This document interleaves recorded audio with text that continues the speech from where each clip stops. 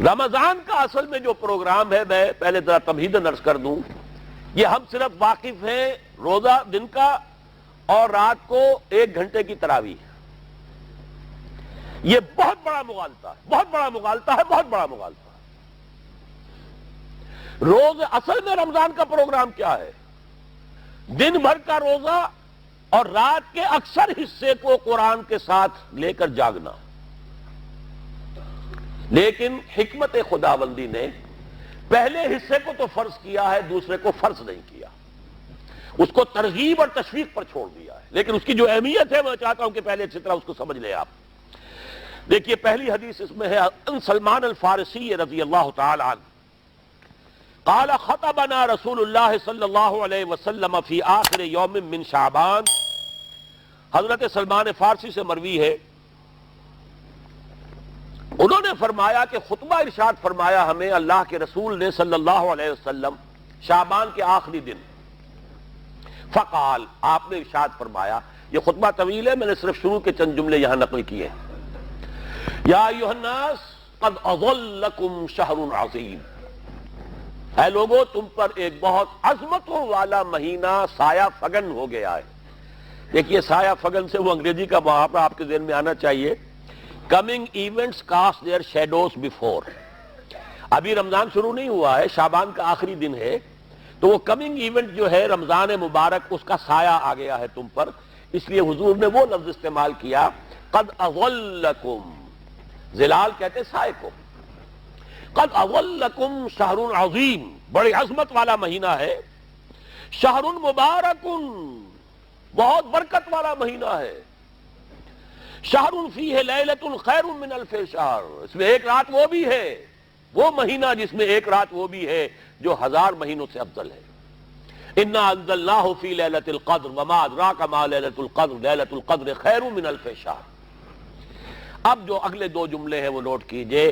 جعل اللہ صیامہ فریضۃ وقیام لیلہ تطوعا، اللہ نے ٹھہرایا ہے، قرار دیا ہے اس کا روزہ رکھنا تو فرض کے درجے میں، اور اس کی رات کا قیام تطوع کے درجے میں، اپنی مرضی پر، اپنی خواہش پر، نفل کے طور پر یہ تم پر لکھ دیا گیا ہے. لکھا تو گیا ہے، جعلہ تو ہے. مجعول کا جو پہلا مفعول ہے وہ کیا ہے؟ جعلہ کا. مجعول اول کیا ہے؟ دن کا روزہ. اور مجعول ثانی کیا ہے؟ قیام لیلہ، رات کو کھڑا رہنا. اب یہ رات کا کھڑا رہنا اس کی کتنی مقدار ہوگی؟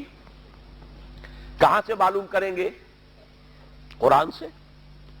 جب یہ لفظ آیا ہے سورہ مزمل میں، یا ایھا المزمل قم اللیل الا قلیلا نصفہ او انقص منہ قلیلا او زد علیہ ورتل القرآن ترتیلا. یہ معنی ہے اے لحاف کمبل میں لپٹ کر لیٹنے والے، کھڑے رہا کرو رات کو سوائے اس کے تھوڑے سے حصے کے، یعنی آدھی رات یا اس میں تھوڑا سا کم کر لو، جسے پھر کہا مفسرین نے 1/3 رات کم سے کم. اور زد علیہ، یا آدھی پر بھی کچھ زیادہ کرو، یہ 2/3 رات ہو گیا. ورتل القرآن ترتیلا، اور قرآن کو اتارا کرو تھوڑا تھوڑا تھوڑا. یہ ترتیل، تفعیل، تنزیل. جیسے قرآن تھوڑا تھوڑا محمد پر نازل ہوا صلی اللہ علیہ وسلم، ایسے ہی تھوڑا تھوڑا تھوڑا قرآن اپنے اندر اتارو. ہیمر اٹ ڈاؤن، اپنے ذہنوں میں اتارو، اپنے قلب میں اتارو. اس کے لیے رات کو کھڑے رہو. اور قیام اللیل کم سے کم تہائی شب کے اوپر اطلاق ہوگا، اس سے کم پر تو اطلاق ہے ہی نہیں. اگلی حدیث پڑھیے. اور یہ ہے جو عام طور پر ہر مسجد میں بھی آج کل خوب یہ گونج رہی ہوگی، حدیث بیان ہوتی ہے، اس لیے کہ بخاری اور مسلم دونوں میں موجود ہے، متفق علیہ روایت ہے. اس سے اونچا تو درجہ سند کے اعتبار سے تو حدیث کا کوئی اور درجہ اس سے اونچا ہے نہیں. عن ابی ہریرہ رضی اللہ عنہ قال قال رسول اللہ صلی اللہ علیہ وسلم، حضرت ابو ہریرہ سے روایت ہے، آپ نے فرمایا کہ حضور نے ارشاد فرمایا، من صام رمضان ایمانا و احتسابا غفر له ما تقدم من ذنبه، جس نے روزہ رکھا رمضان مبارک کے دوران اللہ پر یقین رکھتے ہوئے اور اس سے اجر و ثواب کے حاصل ہونے کی امید میں، اس کے تمام پچھلے گناہ معاف ہو جاتے ہیں. ومن قام رمضان ایمانا واحتسابا غفر له ما تقدم من ذنبه، اور جو کھڑا رہا رمضان کے دوران، کھڑا رہا ہے، جیسے ساما، میں نے شروع میں آپ سے عرض کر دیا تھا یہ مصدر ساما یصوم صوما قام یقوم قیاما، ومن قام رمضان، جو کھڑا رہا رمضان کے دوران، پورے رمضان کے دوران کھڑا رہا، ایمان و احتسابا کی شرط پھر وہی ہے، غفر له ما تقدم من ذنبه، وہی اجر اس کا بھی ہے، ومن قام لیلۃ القدر ایمانا واحتسابا غفر له ما تقدم من ذنبه، اور جو خاص طور پر لیلۃ القدر میں کھڑا رہا ایمان اور احتساب کے ساتھ، اس کے بھی پچھلے گناہ معاف ہو گئے۔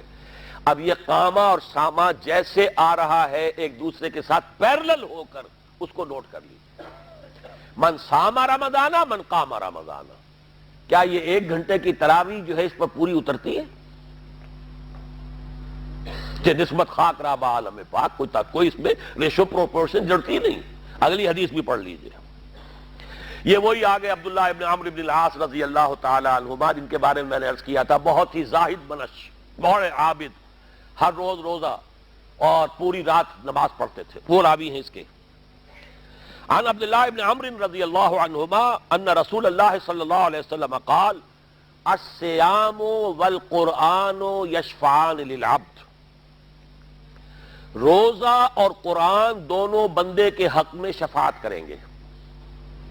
یقول الصیام، روزہ یہ کہے گا اے رب، اے پروردگار، انی منعتہ الطعام والشہوات بالنہار، میں نے تیرے اس بندے کو روکے رکھا کھانے پینے سے اور شہوت سے دن کے وقت، فشفینی فی، میری وجہ سے روکا رہا، یہ کھانے کو اچھے سے اچھے جو ہے وہ موجود تھے کھانے، اور پینے کے لیے اعلیٰ سے اعلیٰ مشروب تھے، یہ رکا رہا میری وجہ سے کہ روزہ رکھا ہوا تھا، اور جیسا میں نے کہا منکوحہ بیوی موجود تھی لیکن رکا رہا، تھامے رکھا اس نے اپنے آپ کو میری وجہ سے، تو میری شفاعت اس کے حق میں قبول فرما۔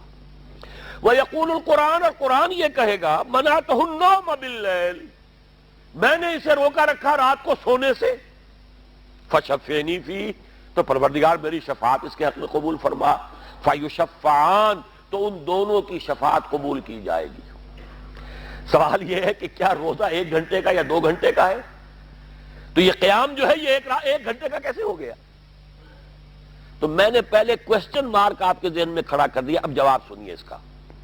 جواب یہ ہے کہ اس کو اللہ تعالیٰ کی حکمت یہ تھی کہ اسے فرض نہ کیا جائے، اس کو معلوم ہے۔ عَلِمَ أَنَّ سَيَكُونُ مِنكُم مَّرْضَىٰ وَآخَرُونَ يَضْرِبُونَ فِي الْأَرْضِ يَبْتَغُونَ مِن فَضْلِ اللَّهِ وَآخَرُونَ، اللہ کے علم میں ہے میرے کچھ بندے ہوں گے بیچارے غریب مزدور، دن بھر مشقت کریں گے، محنت کریں گے، وہ روزہ ہی رکھ لیں، بہت بڑی بات ہے، بہت بڑی بات ہے۔ وہ رات بھر کا قیام کیسے کریں گے؟ 2/3 رات کیسے کھڑے رہیں گے؟ آدھی شب کیسے ممکن ہے؟ لہذا فرض نہیں کیا، حضور نے بھی فرض نہیں کیا، نہ اس کو آپ نے لازم کیا، نہ اس کے لیے وہ زوردار جو لوگوں سے کہا کہ ضرور پڑھو، چھوڑ دیا پڑھو، اور سب لوگ پڑھتے تھے اپنے طور پر۔ اب یہ کہ کوئی آدھی رات کھڑا ہے، کوئی 1/3 رات ہے، کوئی پوری رات ہے، تھے اللہ کے بندے۔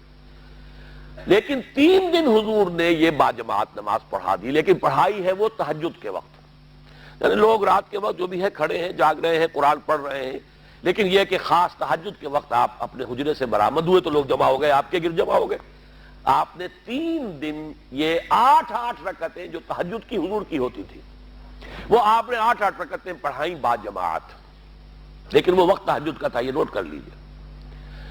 چوتھے دن بھی صحابہ منتظر رہے کہ اب حضور برآمد ہوں گے، تشریف لائیں گے، نہیں آ رہے حضور، تو کچھ کھنگار بھی رہے ہیں کہ کہیں پتہ نہیں حضور کہیں اونگ نہ آ گئی ہو تو ہماری آوازوں سے جاگ جائیں، پھر بھی نہیں آئے حضور۔ اگلے روز آپ نے فرمایا کہ میں جان بوجھ کر نہیں آیا، میں اگر یہ متواتر تمہیں پڑھاؤں گا تو یہ تم پر فرض ہو جائے گی۔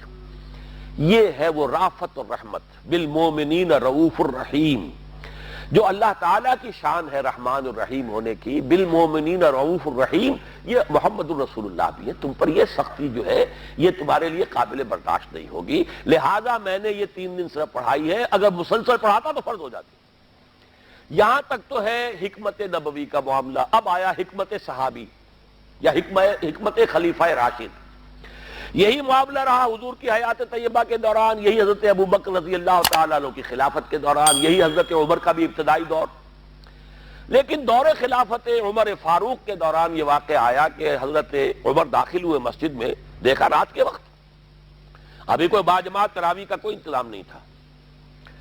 آپ نے دیکھا کچھ لوگ مسجد کے اس کونے میں کھڑے ہیں, ایک حافظ ہے, ساتھ تو حافظ نہیں ہوتے تھے نا, تو کوئی حافظ ادھر, انہوں نے 5 6 7 8 آدمیوں نے کسی حافظ سے گزارش کی, وہ انہیں قرآن سنا رہا ہے, وہ کھڑے سن رہے ہیں. کوئی دوسرے کونے میں ایک جمگھٹا ہے, کوئی تیسری طرف ہے, کہیں ہے, تولیوں کے اندر لوگ جو ہے وہ قیام اللیل کا حق ادا کر رہے ہیں. آپ نے فرمایا کیا ہی بہتر ہو کہ یہ سب جمع ہو جائیں ایک امام کے پیچھے, اور پھر یہ کہ اسے عشاء کے ساتھ متصل رکھ دیں, تاکہ جس کو کہتے ہیں عربی میں ما لا یترک کلہ لا یترک کلہ, اگر کوئی شے کل کی کل حاصل نہیں ہو سکتی تو کوئی شخص بھی مسلمان بالکل محروم نہ رہ جائے, کم سے کم یہ 20 رکعت تراویح تو پڑھے اور قرآن سن لے, تاکہ کسی نہ کسی درجے میں تو اس کا بھی حصہ ہو جائے اس کی برکات میں سے. یہ ہے حکمت حضرت عمر فاروق کے فیصلے کی. اور چونکہ حضور نے فرمایا علیکم بسنتی و سنت الخلفاء الراشدین المہدیین, تم پر لازم ہے کہ میری سنت کو اور میرے خلفاء راشدین کی سنت کو مضبوطی سے پکڑو. یہ وجہ ہے کہ فقہاء اربعہ جو ہیں ہمارے, وہ سب کے سب اس کو واجب کے درجے میں رکھتے ہیں, اس لیے کہ یہ فیصلہ حضرت عمر کا ہے, عمر خلیفہ راشد ہیں رضی اللہ تعالی عنہ. لہذا یہ نظام بن گیا تراویح کا. اب میں اس کی نفی نہیں کر رہا, لیکن جو شخص سمجھتا ہے کہ اس سے اصل حکمت اور غرض و غایت پوری ہو گئی, وہ مغالطے میں مبتلا ہے. یہ تو علی الاقل کم سے کم اس درجے میں کہ ہر مسلمان کم سے کم اس درجے تک تو جو ہے وہ کچھ نہ کچھ حظ حاصل کر ہی لے, اور وہ اس سے محروم نہ ہو بالکل ہی. ما لا یدرک کلہ لا یترک کلہ, اس درجے میں حضرت عمر کا فیصلہ ہے, اور اسی کی وجہ سے ہمارے خلفاء, ہمارے جو ائمہ اربعہ انہوں نے قبول کیا ہے. اور یہی اس مسئلے کا حل ہو جائے گا. جو اہل حدیث حضرات اس کے اوپر جو ہے چیلنج بھی شائع کرتے ہیں, کوئی ثابت کر دے حضور سے 20 رکعتیں تو ہم اتنے لاکھ, ہم بھی کہتے ہیں کہ حضور سے ثابت نہیں ہے. کون کہتا؟ دعویٰ ہی نہیں. یہ تو حضرت عمر کا فیصلہ ہے. حضرت عمر کا فیصلہ, خلیفہ راشد کا فیصلہ, اس کو امت نے قبول کیا ہے, لہذا وہ نظام ہے, رہے گا.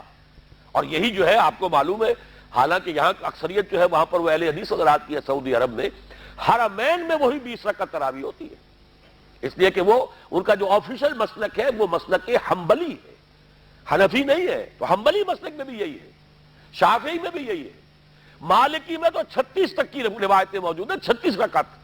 لیکن یہ ہے کہ یہ ہے وہ 20 رکعت تراویح کا معاملہ, اس کی نفی میری بات سے نہ سمجھ لیجئے گا, وہ ٹھیک ہے, حضرت عمر کا فیصلہ ہے. پھر یہ کہ یہ آسان ترین ہے کہ عشاء کے ساتھ ہی متصل پڑھ لی, اور آج تو ہماری نیند کا کوئی حصہ اس میں جاتا ہی نہیں, کون سوتا ہے اس سے پہلے, سوال ہی پیدا نہیں ہوتا. لیکن یہ جو کہہ رہے ہیں کہ قرآن کہے گا میں نے اسے نیند سے روکے رکھا, اس کا حق کہاں ادا ہوا؟ اس کا حق تو ادا ہوگا کہ تہائی ورنہ نصف شب کے لگ بھگ آپ جاگے قرآن کے ساتھ.